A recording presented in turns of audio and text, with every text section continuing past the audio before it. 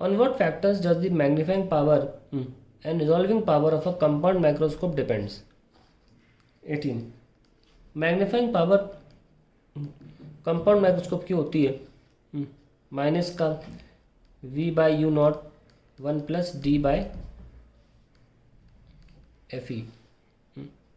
तो आप देख सकते हैं इसको हम magnifying power of compound microscope का फॉर्मूला मैंने आपको सामने लिख दिया है D/Fe।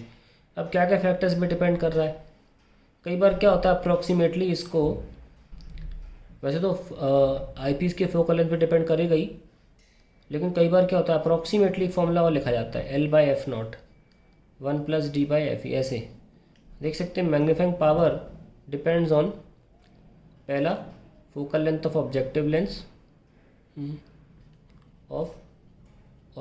लेंस दूसरा फोकल लेंथ ऑफ आईपीस। अब बाकी चीज़ें तो आप नहीं चेंज कर सकते ना, जैसे कि L और D, ये तो फिक्स मान के चल रहे हैं अगर, तो आप नहीं चेंज कर सकते। तो आप इन्हीं की बात करिए कि किन फैक्टर्स पे डिपेंड कर सकता है मैग्नीफाइंग पावर। 2 फैक्टर बता दिए मैंने। दूसरा आता है रिजॉल्विंग पावर। रिजॉल्विंग पावर देखिए सेकंड पार्ट, इसका फॉर्मूला होता है 2μ sin theta upon 1.22 lambda.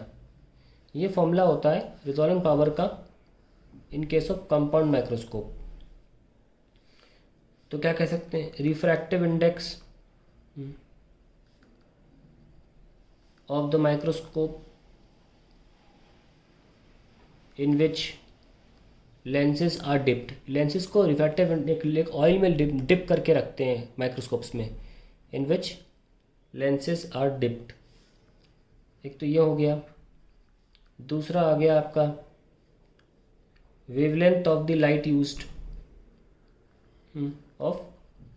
Used, तो बेटर अगर आपको आरबी चाहिए तो जितना आप वेवलेंथ कम यूज़ करोगे उतना अच्छा, यानी कि blue is better than red.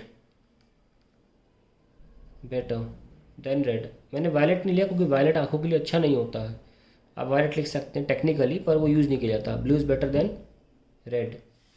तीसरा एक और चीज़ लिख सकते हैं, that is aperture thickness of the lens. Aperture thickness कहाँ से दिखा फॉर्मूले में, ये थीटा जो है ना अपर्चर थिकनेस पे डिपेंड कर रहा है।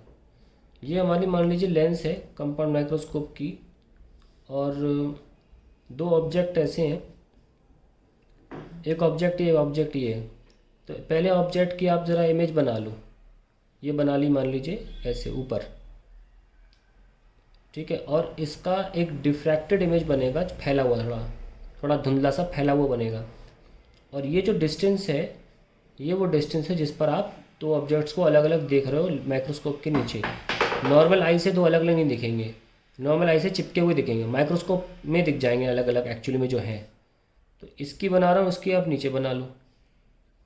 तो कैसे रटना है डायग्राम को, नीचे वाले का थोड़ा ऊपर और ऊपर वाले का थोड़ा यहाँ नीचे, और ये कंडीशन ले लो।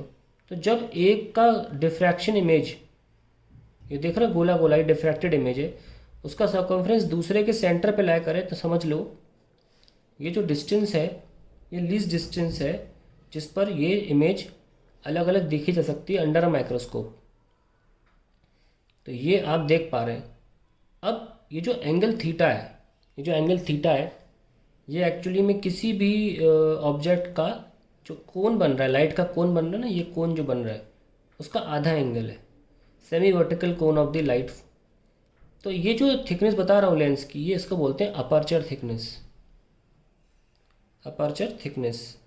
तो अगर अपर्चर ज़्यादा होगा तो थीटा भी ज़्यादा होगा और आरपी भी ज़्यादा होगा, इसलिए मैंने कहा अपर्चर थिकनेस पे भी डिपेंड करता है। तो सब मैंने बताया इसीलिए था कि एंगल डिपेंड करता है अपर्चर थिकनेस पे। सो अगर अपर्चर थिकनेस इंक्रीज़ करेंगे तो रिजॉल्विंग पावर भी आपकी इंक्रीज़ होगी। ये इसके पीछे का कारण है।